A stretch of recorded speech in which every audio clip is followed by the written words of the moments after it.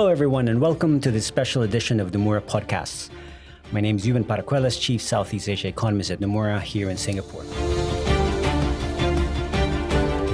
This is the second episode of Conversations at NIFA, or the Nomura Investment Forum Asia, which was held recently.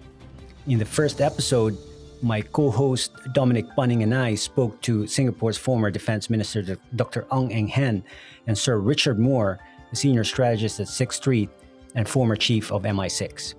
We focused on geopolitics, including the conflict in the Middle East and the implications of America First policies. So make sure you check that out if you haven't already. Today, we sit down with Dr. Leslie Teo, Senior Director of AI Products of AI Singapore, to get his thoughts on another important topic, the AI revolution. Prior to his role, Leslie was the Chief Economist and Head of Economics and Investment Strategy at GIC. So an interesting discussion ahead, and let's get stuck in.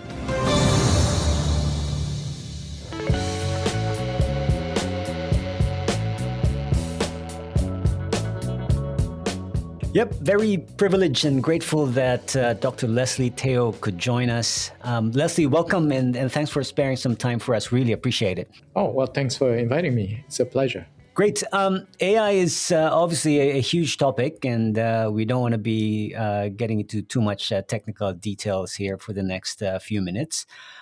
So I really just wanted to get your big picture thoughts on some of the key questions that I think are most relevant for participants in financial markets, as you have presented in our NIFA conference as well. But to start, I guess I'm just really curious, and this is more for me actually. What does a typical day look like for you in this role at AI Singapore, especially nowadays with so much focus on the topic? Well, I think my typical day starts off with perhaps appropriately a lot of AI. Basically, at 7:30, I have an AI agent that actually all through the night, an agent has looked through different news feeds, different research pipes, summarized a few things. And at 7:30, I get a mail digest. It also gives me the weather, looks at my calendar, and looks at my email. And AI today is really, really smart. So it remembers the context from maybe the last few emails, and so. With this, I'm kind of ready for the day. And then, I'm interacting with a bunch of different AIs, different tasks that are being done by agents. That's one part of my day. But another part of my day actually is talking to humans and working with humans. In many ways, it's the fun part. And it's probably more important than necessarily the talking to agents and AI, because at least in today's world, it is the thing. It's necessary to get things done, as well as it's necessary to persuade, convince, and get people to listen, but also to get them to understand where you're coming from. Well, okay, that sounds very impressive. And talking about practicing what you preach, I guess, on a daily basis. And I thought it'd also be fun to actually have a question that I ask an AI to generate. And I typed, what would be a top question for Dr. Leslie Teo? And one question that it spit out that it also claims will be most intellectually interesting, quote unquote, for you is the following, and I'm just going to read that. Looking ahead for 5 years, where do you think most of the economic value from AI will actually be created?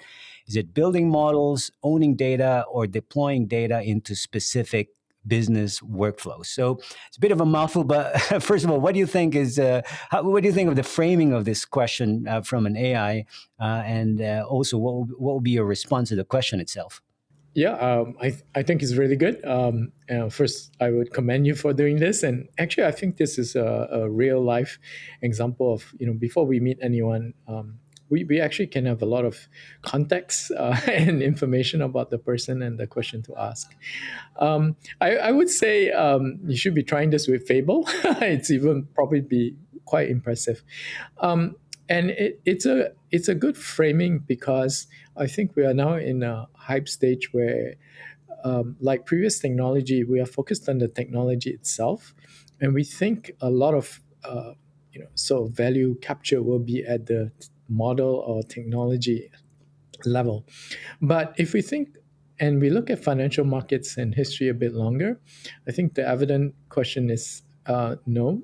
Value capture will come from the use of the technology to solve real problems. So I think AI is good in the way it formulated the question.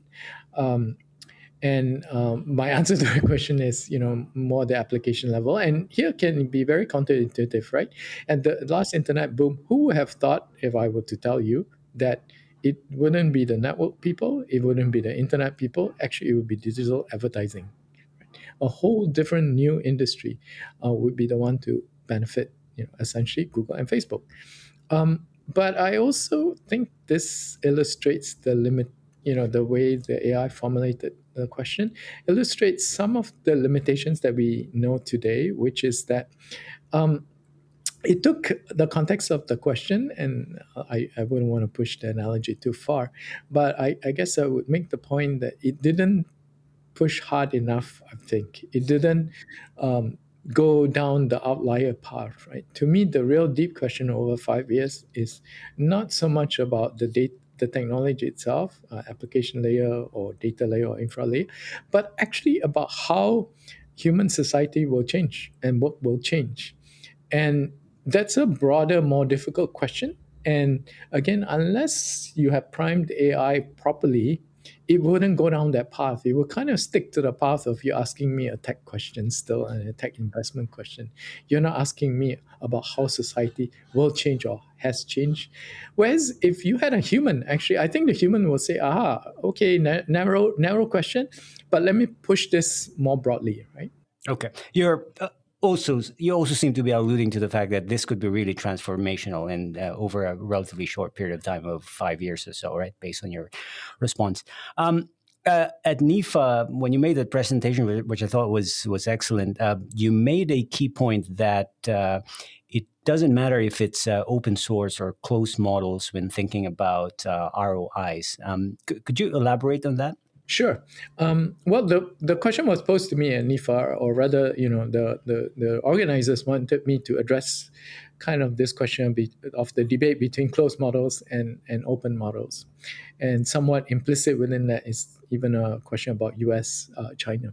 And I guess I wanted to address one thing up front, which is that um, open and closed sourcing is just a distributional decision, and it doesn't really affect value capture, um, because value capture depends on other things beyond just how a model is distributed. So in my presentation, I made the point that the real mode, if you like, to value capture, so distribution can make it easier for you to have mindshare. It can, or on the other hand, if you really think you have a superior model, being close could make you a premium product, right? So these are different ways I can distribute. I go for mass or I go for premium, for example. But there are some things that are probably more important in value capture, and I referred to five things. Many of these things, or three of them, we might associate it with the technology today, but actually we see echoes of this in previous technology, right? So one is we call it the harness, which is really more about how the model understands you, remembers you, and stuff. It's a data issue. The other is we say workflow, right? If I control the workflow, if I understand the workflow, like a Bloomberg terminal, for example, many of us who are using Bloomberg terminal, you ask you to change the terminal, it's a big issue, even though you may have a technology that looks that gives you the same functionality. And the third is the feedback loop, right? How you can learn. And fourth is the trust layer, because especially of those of us who are in finance, um, you cannot just have a technology without having all the requisites to ensure that people trust and understand the technology, right? Whether it's auditability, transparency, explainability, and so on. And finally is, your, if you like, your distribution channel. So all these things are modes, right? And to give another example, many examples from the past, actually, if you think about Linux, we had uh, Linux being free, but Red Hat being the value capture, right? At the same time, this coexisted for Microsoft for many, many years, right? So doesn't mean you can do one. One is superior to the other when it comes to value capture. The more modern version is we have something called Apache Spark, a kind of database method to do big data, and we have Databricks, which is a many billion-dollar company today, built on top of Apache Spark by the same team that open sourced Apache Spark, and still supports the open version.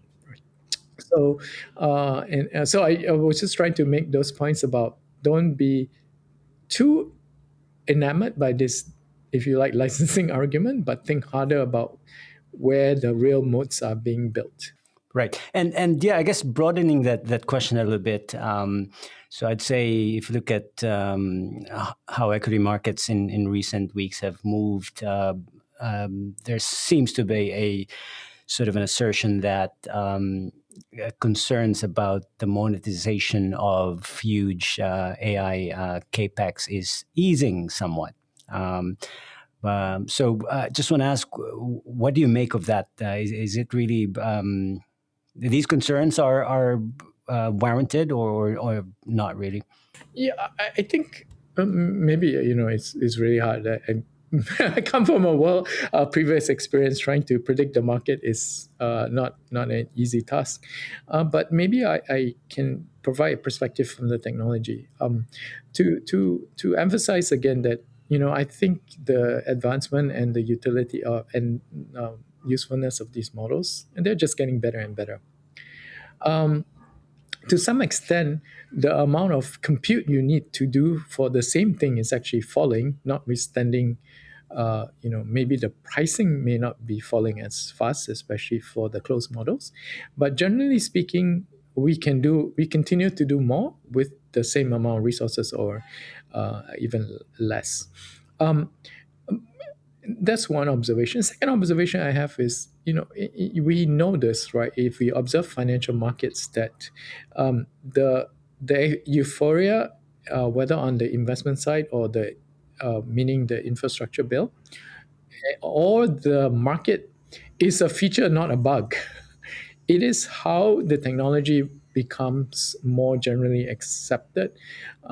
It happened with railroads, to some extent with canals. It happened during the internet boom, and I think it will happen with AI. But notwithstanding the boom and then the adjustment of the bust, the technology becomes much more part of our lives. So with this thought, then maybe I would observe the third observation. I think lots of people are using and experimenting, and maybe some companies in the first quarter, or because of pressure, are token maximizing, is the term we use, right? People just say go ahead and build, but once they see the price, and the price keeps going, and the price also goes up, the CFOs are now stepping in to say, wait, you are spending what? And what have you produced, right? And I don't mind you doing this for 6 months, but wait, we can't be spending our whole year tech budget on this new technology without knowing what the ROI is. So I think to some extent there will be more of that, but don't get, it's a short term, in my view. Over time, more and more use, but the price has to adjust, and the ROI has to be clearer. And over a longer period of time, this is like a, in economics, I think we call it the Jevons group, right? The price will eventually fall, demand will be higher, right? Yeah, that. And then fourth, in all of this, just remember, I've not talked about value capture. That's a different thing, right? And I hope investors understand the difference between revenue you collect the revenue, the profit you make, and where your moat really is, right? Okay, got it. Just this is really fascinating, but just maybe a couple more questions, Leslie. And I bring it down to the Singapore level. So, as you know, the government here has been placing a lot of priority for adoption to turn AI into a strategic advantage. Minister Josephine Teo spoke about that also at NIFA. So, putting on your economist hat, how do you see this play out in terms of productivity gains? Is it a surge over a relatively short period of time, or it's a bit more gradual? Yeah, I guess three observations. One is historically, we know it's relative when it comes to general purpose technology. The history of general purpose technologies is that it's a meaningful uplift on GDP, but it takes a long time for it to happen, and it also survives over a long period of time, right? So, if you like, we used to have that actually during my time in graduate school. The thing we talked about was the productivity paradox, we called it, right? The J curve. We now call it the J curve, but then it was like you see computers everywhere except in the productivity statistics, right?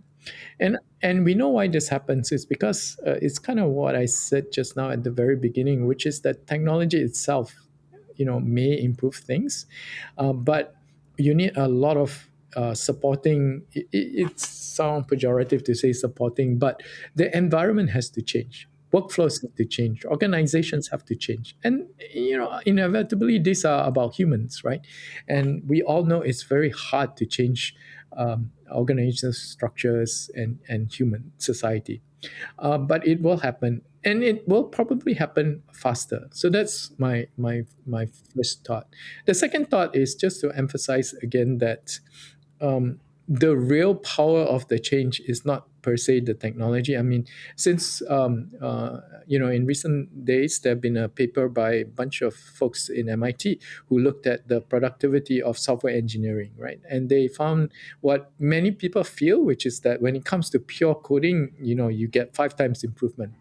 But then when you look at the end, which is the production code, that you are talking about not 5 times improvement, but 30%. 30% is still meaningful, by the way. It's not non-trivial, but it's nowhere near 5 times, right? Which is many more times of 30%.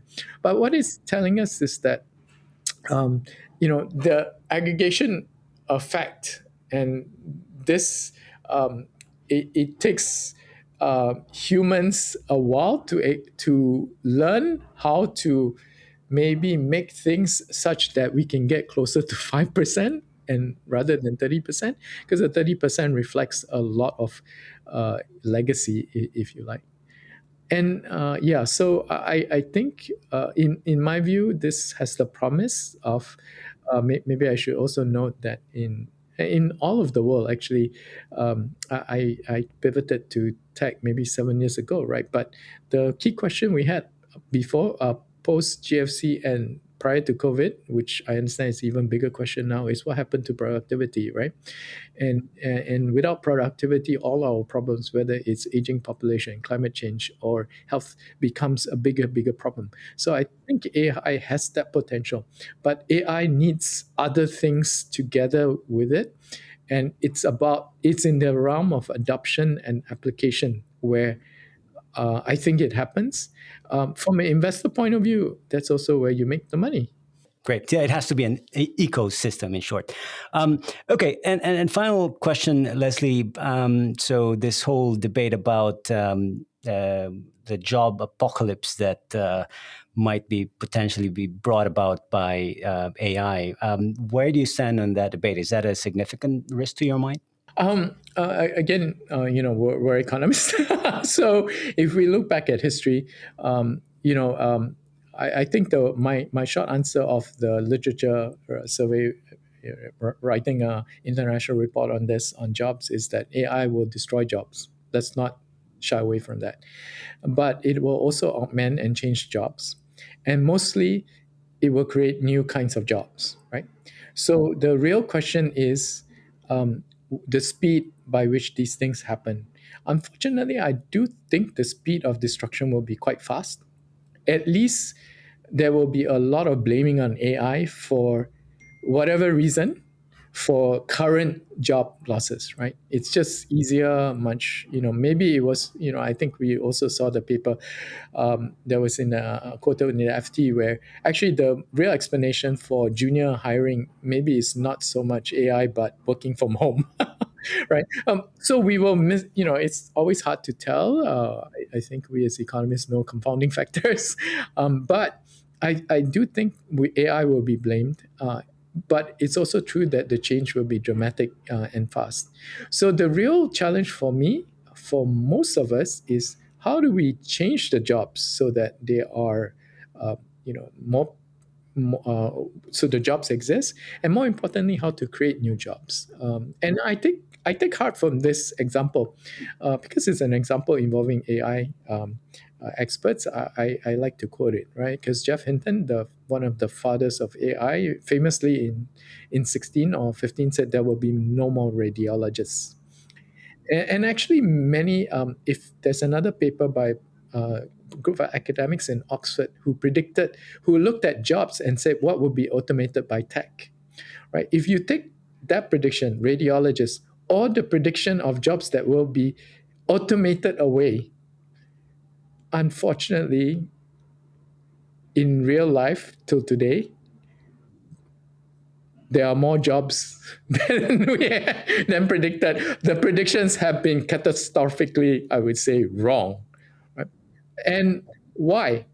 It's actually because we need radiologists for reasons beyond the AI. Right? And so I think that gives me hope. The second thing, I guess maybe my more important message is we have to be careful. These are not laws of science. They are dependent on our policies and our behavior, right? They are dependent actually on the behavior of the worker. Like, do I make myself valuable? Do I change? Do I retrain? Or do I, stick to this job has always been done this way and therefore it will always be done this way? So it's from the individual worker to the society, to government policy. All these things means that actually the outcome will depend on how we address this shock, right? And actually, it's easy to see because we see some of this in research also. The U.S. market, as we know, labor market is very flexible. So you see the junior effect. The fact that maybe as in the Brian Thompson paper, people are not hiring junior workers; they're replacing junior. Actually, you don't see that effect so strongly in the Europe. And why? Because the labor markets are very different, right? And that's a policy choice. That's not a technology determined by technology. So that's my second message. None of this is preordained. It's up to us. Great. Yeah. And I would say you're the primary example, having pivoted from being the chief economist at GIC and now sort of in there and being the AI expert. So, yeah, that's really fascinating for me. So, yeah, this has been an excellent discussion. Really, thank you again, Leslie, for your insights and your time. Well, thank you again for having me. It's been a great pleasure. Thank you.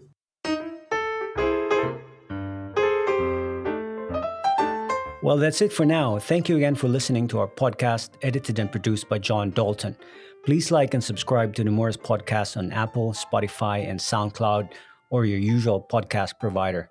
We'd love to hear feedback, so please feel free to write a review and share this podcast to anyone you think who might be interested. You can check out nomuraconnects.com for more of our research and updates. See you at the next one.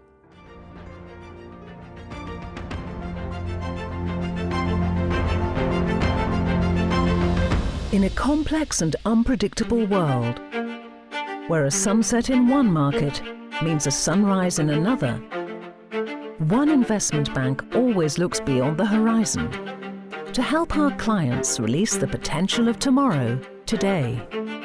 Nomura, connecting markets, east and west. Disclaimer.